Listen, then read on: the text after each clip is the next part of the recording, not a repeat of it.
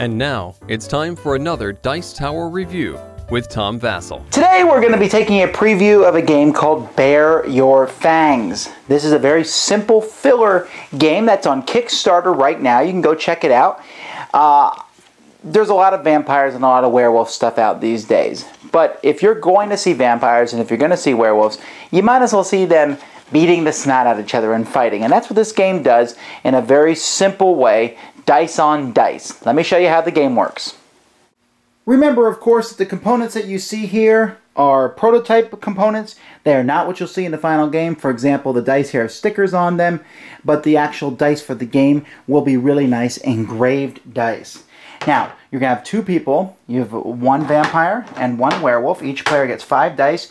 You each also have a victim die, and then there's a hunter die that's going to be hunting you both down. In fact, you each have your own hunter. Now, you have a card here, which shows how much life you have. You have 20 health, and the hunter who's chasing you has 20 health. Very, very annoying hunter. But what you're going to be doing each turn is you're going to be taking your dice, and you're going to decide whether you're going to attack that hunter who's chasing you, or whether you're going to attack your opponent. Now, you can attack your opponent, and he can attack his hunter. You can attack your hunter, and he attacks you. Or you can both attack each other, or you can both attack your hunters. So there's 4 different things, but let's look at a hunter. Let's look at werewolf versus vampire. You'll both roll your dice and look at the symbols that you've rolled. The symbols mean different things. I mean, they're basically identical, although there is a slight differentiation between what's on the dice. For example, the vampire has a better chance of hunting humans, while the werewolf has a better chance in straight hand-to-hand combat. Now, what you do is you're going to take your go hunting symbols and place them aside. The werewolf didn't get any. And then you'll take your shields and place them aside.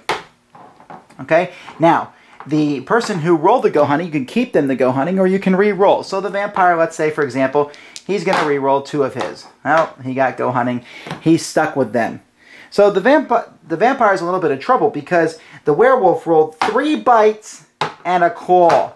So that's 2, 4, 6, 7 hit points to the vampire. Now, fortunately, the vampire can block one of those, so he'll block one of the bites, but he's still going to take 5 damage. 1, 2, 3, 4, 5. And he has a shield that could block something, but the werewolf has a shield that can block some of the vampires, but the vampire didn't do any attack. Instead, the vampire went hunting with 4 dice. That means he's going to get to roll his victim dice 4 times. So, his first roll here, he rolls this cup here, and that's a blood chalice. That gives him +2 health. He rolls again, 2 more health. Rolls again, 2 more health. Rolls again, 1 more health. So basically he just healed up all his health from hunting down humans. After that, the hunter is going to hunt both of you, and he'll roll a die. And depending on what the result is, he's going to possibly damage you. Now, you might want to get annoyed at this hunter after a while. So what you do is you'll attack the hunter. Same thing as before. You roll the dice, and then the hunter rolls this die as a defensive die, which, for example, like if he rolls the Holy Cross, he'll block everything. But other times he may not block anything, etc. And then you will do damage to him, but you can still use your shields to block the werewolf or vampire who's attacking you if they are doing so. If you kill your hunter, you get 5 health, so that's a great thing. And also he'll, well, be out of your hair. But what you're trying to do is be the first person to take the other person down to 0. The first person who does that is the winner of the game. It's a very short game. We're talking 15, 20 minutes. And it's a lot of back and forth, simple die rolling to see who the first person is to off the other one.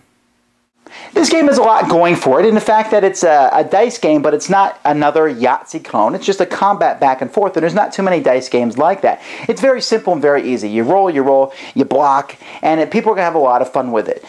There's some strategy in deciding whether you're going to go for the hunter or whether you're going to go attack the other person, but the main thing is just the fun of rolling the dice and trying to block your opponent and deciding I'm going to go after victims this time, or I'm going to go and attack the other person.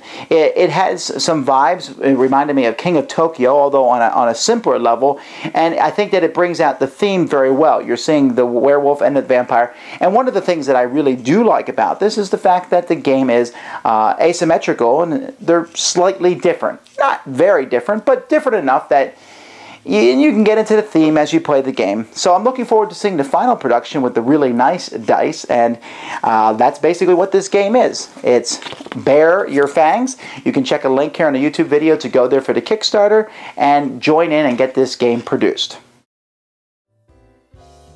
Thanks for joining us today. For more written, audio, and video reviews, as well as the #1 board game podcast, check out the website at www.thedicetower.com. Until then, this is Eric Summerer, and you've been watching The Dice Tower.